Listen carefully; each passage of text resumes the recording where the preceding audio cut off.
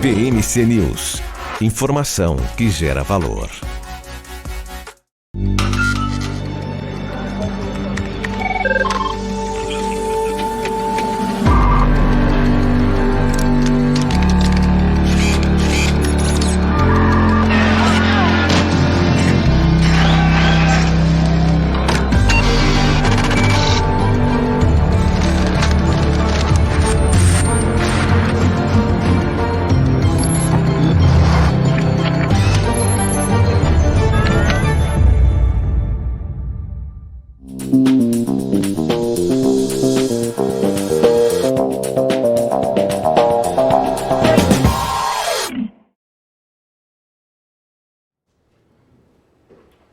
Olá, muito bom dia! Sexta-feira, 11 de junho. Bom dia para você, investidor. Bom dia para você, investidora, que está com a gente aqui no BMC Market. Eu sou o Felipe Nascimento e aqui você fica por dentro de todas as notícias que vão impactar os mercados no Brasil, também todo mundo. Muita informação e análise para você fazer bons negócios ao longo dessa sexta-feira aqui no Brasil. Agora são 9 horas e 17 minutos. Quero deixar um alô, um abraço aqui para todo mundo que está nos acompanhando no nosso canal no YouTube e também no nosso portal bmcnews.com.br.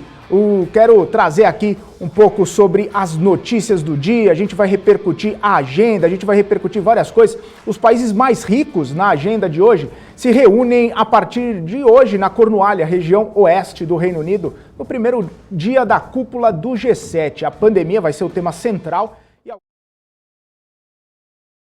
como a doação pelos Estados Unidos de 500 milhões de doses da vacina para países mais pobres. E essa vai ser a última cúpula com a participação de Angela Merkel e a estreia também de Joe Biden e o primeiro-ministro do Japão. Temos na agenda também os serviços, a pesquisa mensal divulgada aí pelo IBGE.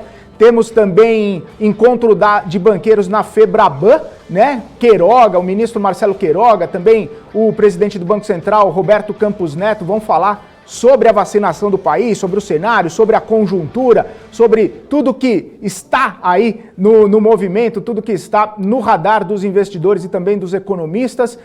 Também temos uma reunião do Conselho de Estabilidade Fiscal, onde a secretária do Tesouro, Janet Yellen, vai falar também. E aí, eu tenho as informações sobre o volume de serviços, tá? Sobre o volume de serviços que acabou de sair, a gente está na agenda aí.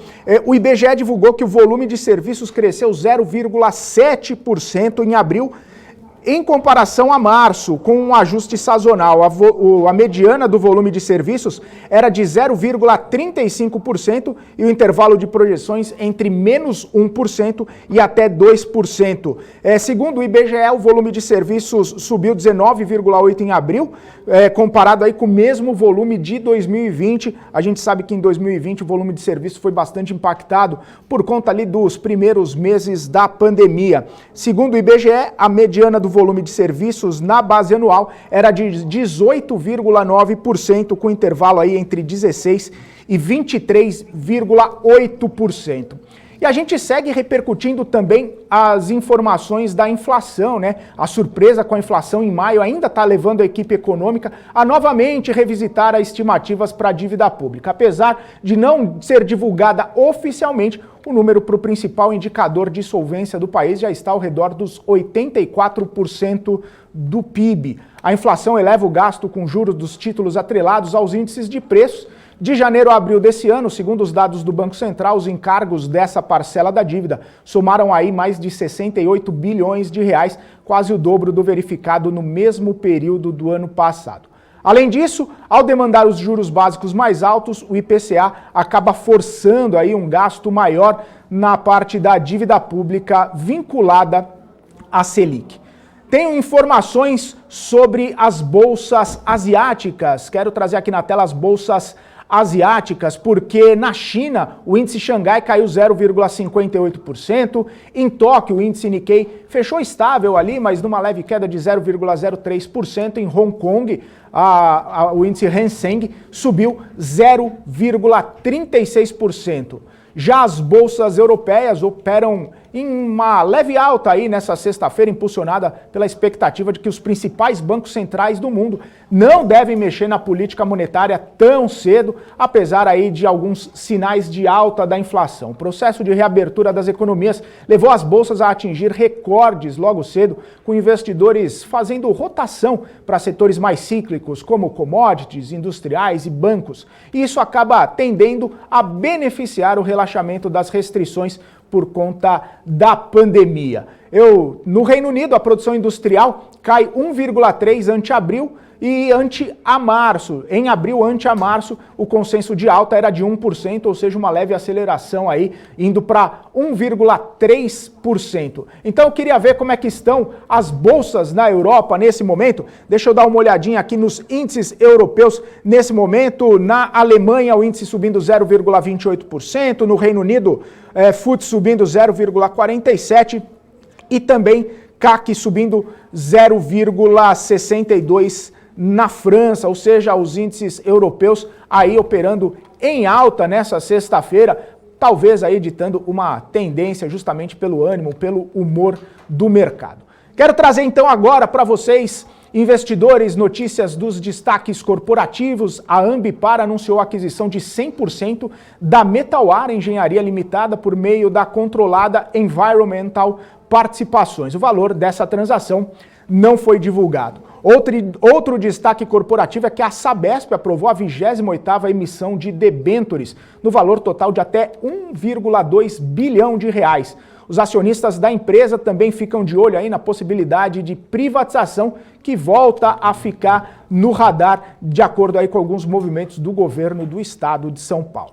Outro destaque corporativo, a EcoRodovias vai fazer um follow-on que pode levantar mais de 2,7 bilhões de reais.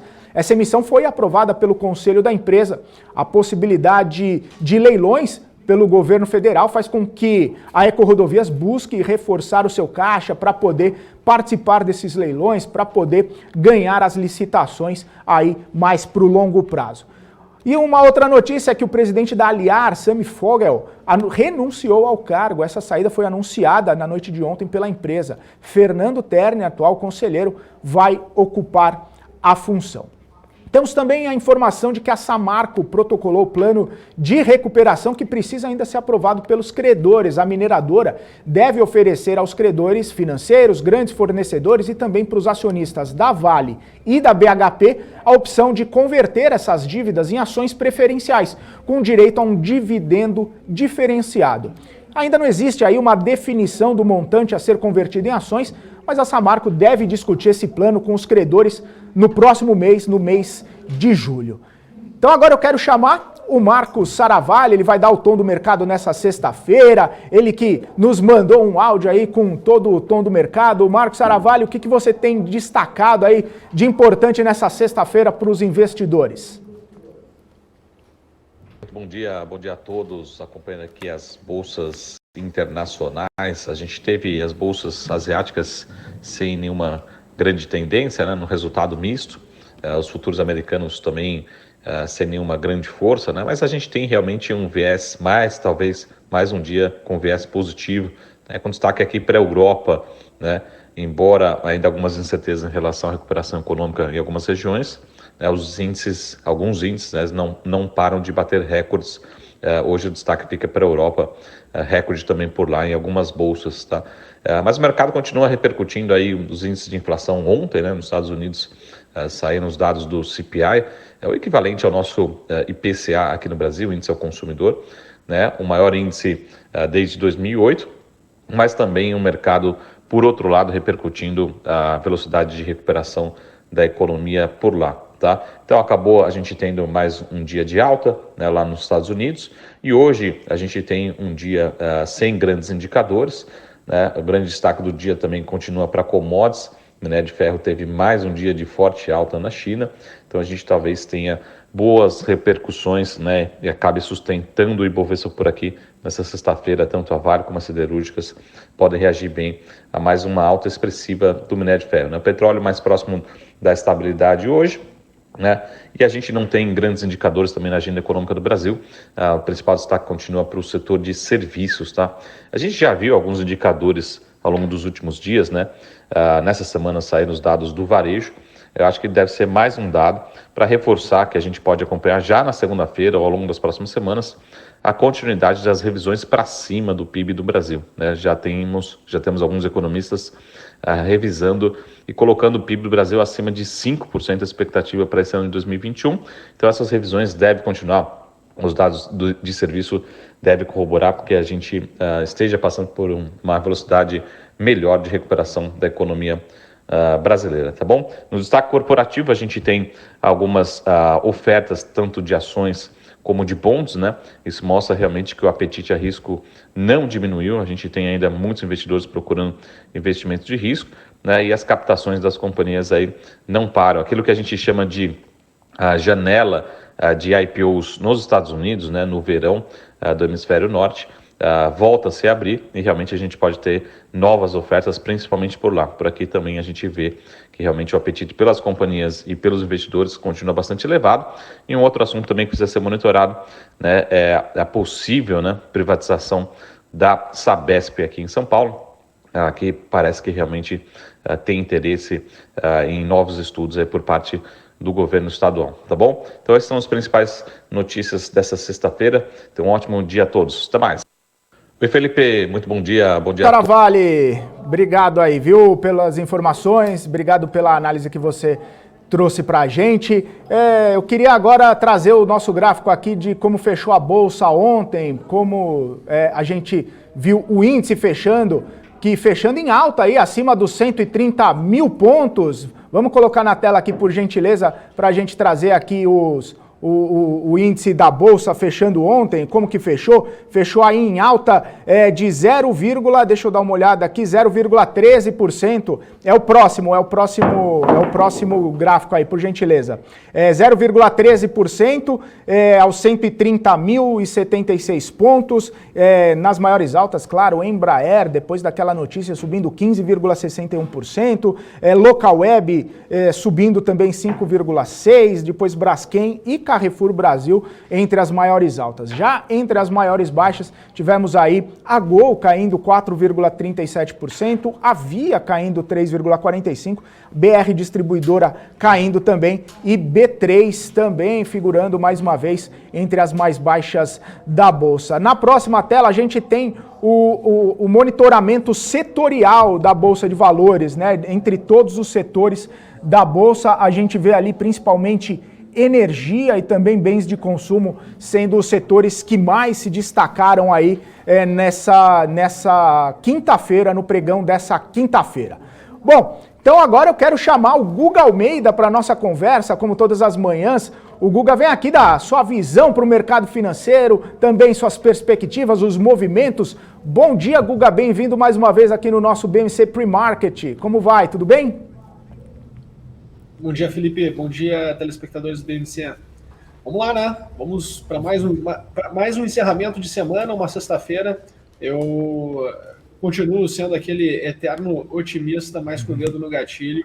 Tenho certeza que o mercado aí nessa região de 130 mil pontos vai ter muitos questionamentos, mas meu horizonte ainda está apontando lá para os 143. Ô Guga, eu queria começar pedindo para você dar uma olhada aí nos futuros da Bolsa, como é que está a tendência de hoje, está em elevação hoje, né? Como que você está vendo aí essa situação com a Bolsa fechando acima dos 130 mil pontos? Legal, vamos lá. Nesse momento, Felipe, os futuros nos Estados Unidos, deixa eu só abrir aqui o gráfico do mini futuro, a gente possa olhar, acompanhar o S&P, que é o mais negociado deles, dos contratos futuros de índice. Nós notamos que a gente está bem próximo da região das máximas históricas. O mercado está lá nessa região de máximas históricas, e qualquer estímulo um pouco positivo que o mercado entenda, a gente vai ter sim um rally de alta, e eu imagino que esse rally de alta ele tenha uma capacidade aí de upside, ou seja, de valorização, de em torno, só para a gente fazer uma medição aqui para ficar correto para os telespectadores, em torno de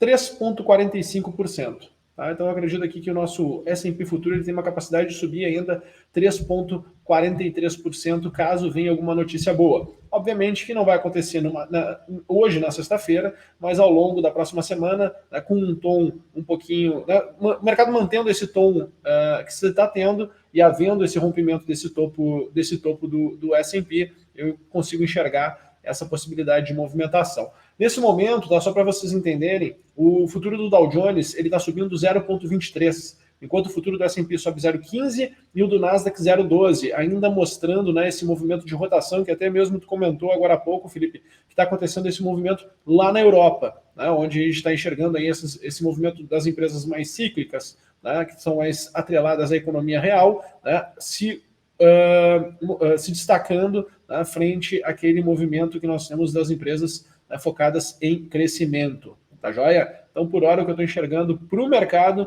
é isso aí. Não é grandes expectativas, não é grandes oscilações, mas sim uma continuidade no movimento. Seria essa alta aí de 3,43% no S&P futuro.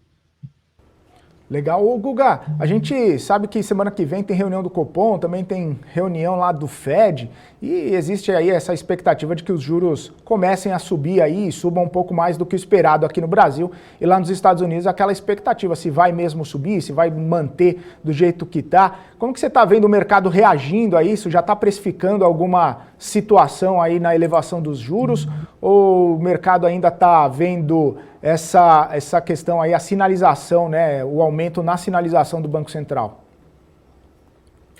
Bom, que nós vamos ter aumento nos juros na semana que vem, isso, olha, eu acho que a chance de não ter é muito baixa, quase inexistente. Tá? Eu acho que tá claro que é uma sequência de aumentos gradativos. Eu acho que pensar que o Banco Central vai mudar, né, a sua estratégia porque está saindo dos índices de inflação e eles estão vindo elevados e as pessoas não estão conseguindo digerir muito bem essa ideia de que a inflação está aí e virou, né, tema de todos os noticiários. Eu acredito que o Banco Central vai continuar a sua estratégia, acredito que vai ter aí uma elevação de 0,75 de novo, tá? Não vai mudar disso, tá? E que, enfim, o mercado já está, de certa forma, olhando para esses pontos, tá? E acredito que, de fato, né, não vai vir uma surpresa. Eu acho que se vier uma surpresa de uma elevação de juros acima do esperado, aí sim traz uma certa dúvida para o mercado. Tá? Então, ao meu ver, a gente continua tudo dentro das expectativas que já estavam sendo trabalhadas anteriormente. Ô Guga, só para a gente encerrar aqui, queria que você falasse um pouquinho sobre sua visão para o dólar, né? Você acha que esse ciclo de baixa deve se manter aí com a elevação da Selic? Como que você vê o potencial para a gente chegar abaixo da casa dos R$5? Ao meu ver, o potencial é alto, né? Obviamente que no curto prazo, até se o pessoal puder compartilhar minha tela, a gente vai ter movimentos pontuais, né? Eu até consigo mostrar para vocês aqui tanto o dólar quanto o índice, né? Principalmente para as pessoas, né, tangibilizarem melhor o que a gente pode esperar para o dia de hoje. Mas, ao meu ver, os movimentos são pontuais. Tá? O dólar já perdeu uma força de movimentação de alta um pouco mais intensa. Consegue compartilhar? Tá? Que... Acho que consegue. Aê, maravilha. Legal, obrigado, gente. O que eu estou enxergando aqui é que não tem, assim, as expectativas eram que o dólar ficasse, né, na casa de 5,30 para o final de 2021. O que eu enxergo no movimento de curto prazo é que a gente tem espaço aí para o dólar trabalhar entre 5,12 a, no máximo, ali 5,20, tá? Mas, ao meu ver, né, a tendência é continuar o movimento de baixa, tá, com o aumento da taxa de juros, talvez a gente tenha até mais uma aceleração, o improvável é que a gente tenha uma aceleração na queda e o dólar podendo ir buscar a região de 4,50. Tá? Então hoje o que eu faço? Estou olhando os ciclos de alta, esses microciclos de alta intradiários serem encerrados para realizar, né, uma nova posição, montar novamente a posição ali de venda de dólar, né, ou hedge, enfim, dependendo de qual é a cabeça, qual é a estratégia, qual é o momento, né, me posicionando, acreditando que a tendência de baixa do dólar ainda não terminou. Né? Então, acompanhe os movimentos de intensidade de baixa. Obviamente que desde o dia 4 de junho, né, o movimento ele não consegue ampliar a queda, ou seja, a gente vai se aproximando ali da casa dos 5,05, né, da casa dos R$5. O dólar ele não tem tanta intensidade, né, ali no fluxo de venda, então vou zerando minhas posições, deixo o dólar reagir, deixo o dólar subir um pouco, monto de novo minha posição e assim eu vou tateando o mercado, Felipe. Né, eu acho que assim, apesar de ter uma visão e uma opinião de que o dólar pode ir, né, para 4,50, eu tenho que ter estratégia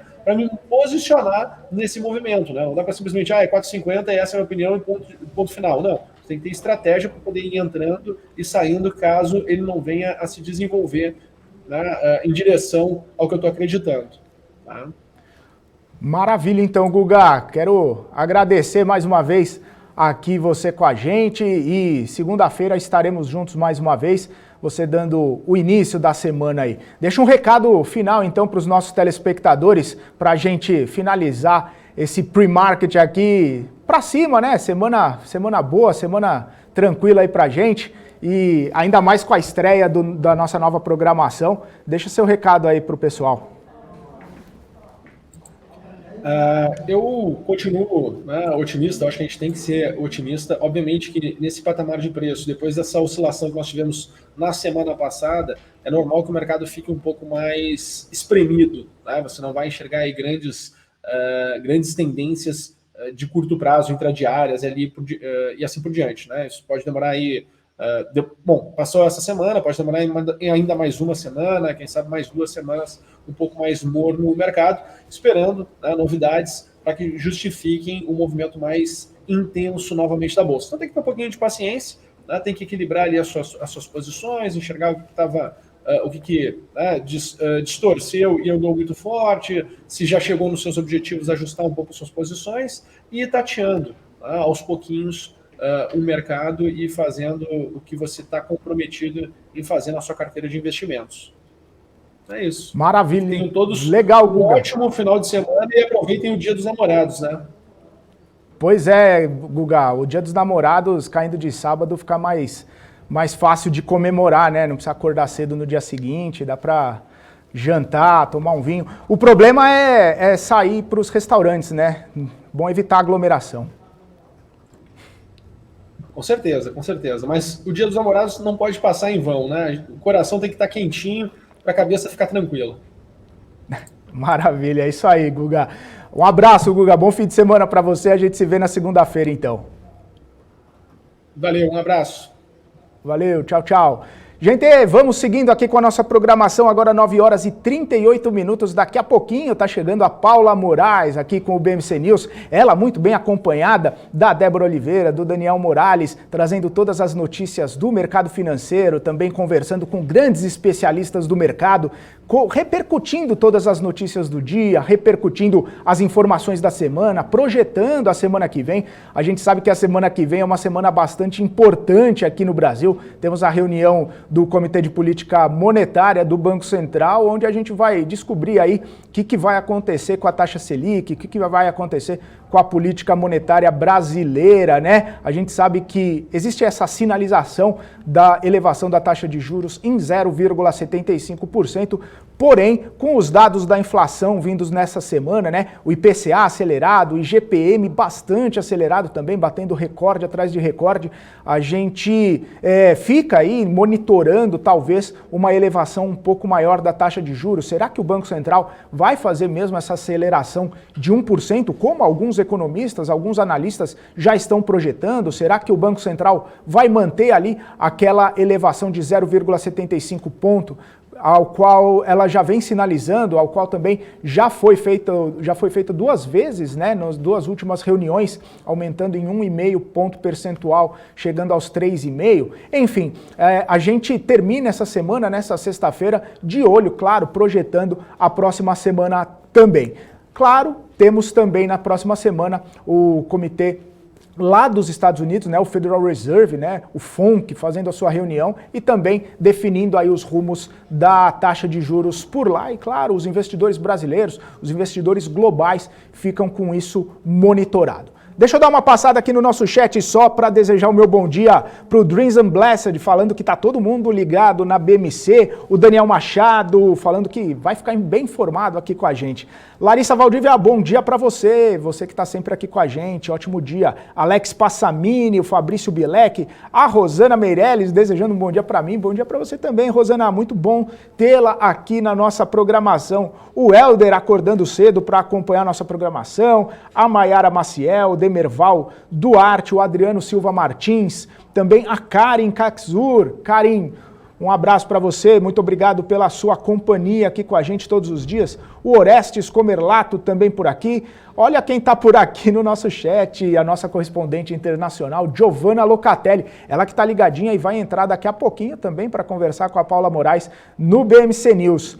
Pessoal, daqui a pouquinho está começando o BMC News, eu só tenho algumas notícias aqui, um giro rápido de notícias para passar para vocês. Hoje de manhã houve uma notícia, uma especulação de que a Arezzo estaria comprando aí a BAL, né, Clothing, por cerca de 105 milhões de reais. Saiu em alguns veículos de comunicação essa informação e aí agora saiu um fato relevante da Arezzo confirmando essa negociação. Inclusive, eu li uma aspa ali, eu li uma declaração do próprio Alexandre Birman, né, proprietário, dono, CEO da Arezzo, falando que a BAL seria praticamente a Supreme, né, brasileira.